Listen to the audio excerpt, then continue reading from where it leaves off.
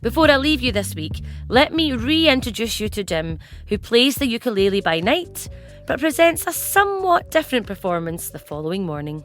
A typical Saturday night or typical Friday night would be getting out of the house about 7:15, 7 o'clock, and heading out to a pub maybe in Glasgow or Edinburgh, and strapping on my ukulele and playing some songs for the punters in the pub, playing for a couple of hours or so, coming back, watching a bit of telly just to unwind, and then crashed into bed about 11:30, midnight. And Jim, can you describe a typical Sunday morning for us? Sunday mornings I'm usually up at about 7 a.m, then off to work at one of my 3 churches in the East End to take the services out there. So I think we've probably guessed by now that you are a man of faith. That's your Sunday morning job. You're an Episcopal priest at the East End of Glasgow, but you're also a ukulele playing reverend, performing in pubs and clubs. How do these two very different worlds collide? How do they meet, Jim? Well, I've been playing the ukulele for 7 or 8 years, and I've been a priest for 16. And when I started playing ukulele in the first place, it was really something just for me. It was a hobby. It was a way to relax. But increasingly, as I got more involved with local music scenes where I was ministering, I began to realise that the ukulele could be a powerful way of connecting with people that I just otherwise probably wouldn't come into contact with. Mm-hmm.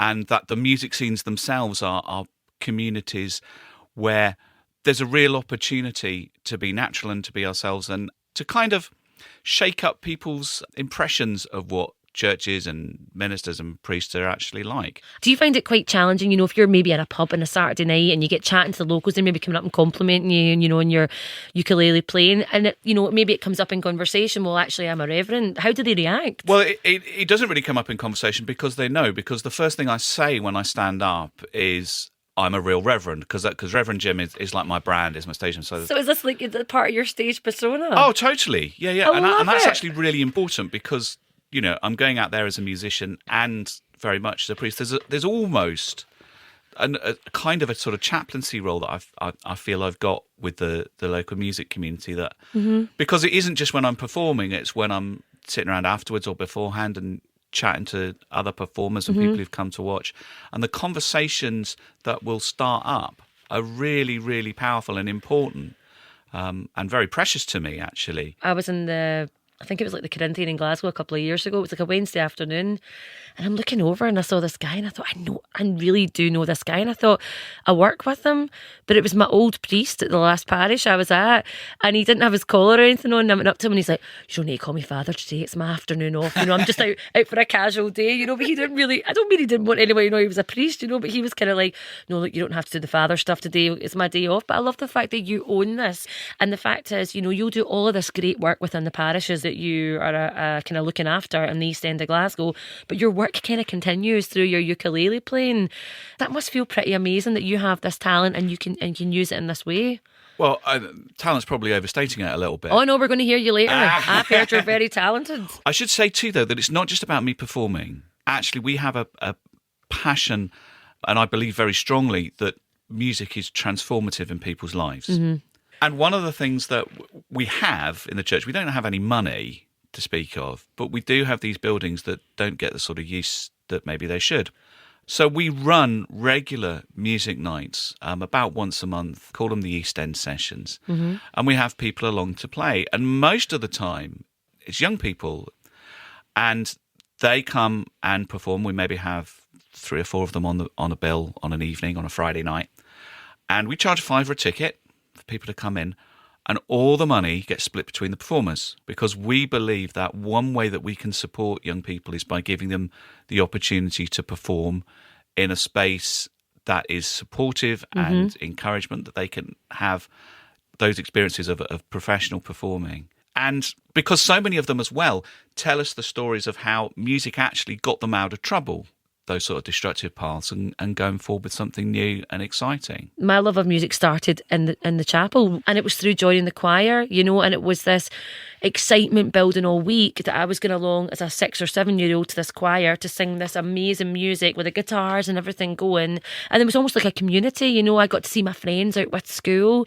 Do you think it would help everyone involved in faith if they were maybe to get out of the church more and get into just society in general, out with the kind of church setting? I think actually more and more churches and more clergy are looking for ways to engage with and to connect with their communities, and these sorts of outreach ideas aren't that uncommon. But yeah, I'm a passionate believer in being where the people are, because it's no secret that fewer and fewer people have come into the church building. And rather than sitting and crying into our beer about it, I think what we've got to do is to go where people are and build relationships with them on their own terms and in their own contexts, so that we get the opportunity to learn more about these remarkable people and the remarkable things that God is doing in these places that don't have anything to do with us, and find ways that we can join in with them. And connect. Rather than being locked away in our ivory towers. What do you think? I mean, I probably know, I can guess what he thinks. Not that I'm in that, not like a direct line through to the big man upstairs, but, what do you think? Do you think God's looking down on you right now thinking, he's doing good, he's doing a good job? All I can do in the end is what I feel I'm being called to do and being asked to do. And I think that God has a very brilliant way of using the things that you're good at and that you like in order to do great things, rather than make you do stuff that you don't like or don't have any talent for particularly. And this is something that I was, there wasn't a big kind of flash blinding light moment. I wasn't sort of shoved into it, but it's something I sort of drifted into. And that's quite often the way that in my experience, that God works, that you get sort of swept along like one of those lazy rivers in a swimming pool, and all of a sudden you find yourself somewhere you didn't really expect to be. That's a great way to describe it. It is. You're just kind of floating along. You're like, right, this is where I'm supposed to be. Yeah. Well, listen, I know we cannot let you go without giving us a little blast on this famous ukulele. Jim, take it away. Thank you.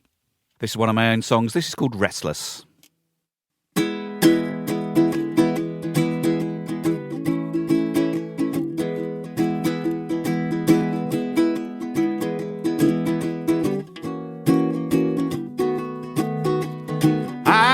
Been a wanderer for all my life. I have never found my resting place. You've been listening to Our Lives on BBC Radio Scotland. If you missed any of our stories, then just head for BBC Sounds and search for Our Lives with Michelle Mc Manus. And don't forget, you can get in touch by email at ourlives@bbc.co.uk. If you should see me on my restless road, don't pass me by on the other side. I'm restless in my spirit, Lord, joyous in my soul, but you can't stop the turning of the tide. Details of organisations offering information on and support with bereavement are available at bbc.co.uk/actionline. Or you can call for free at any time to hear recorded information on 08000 158 707.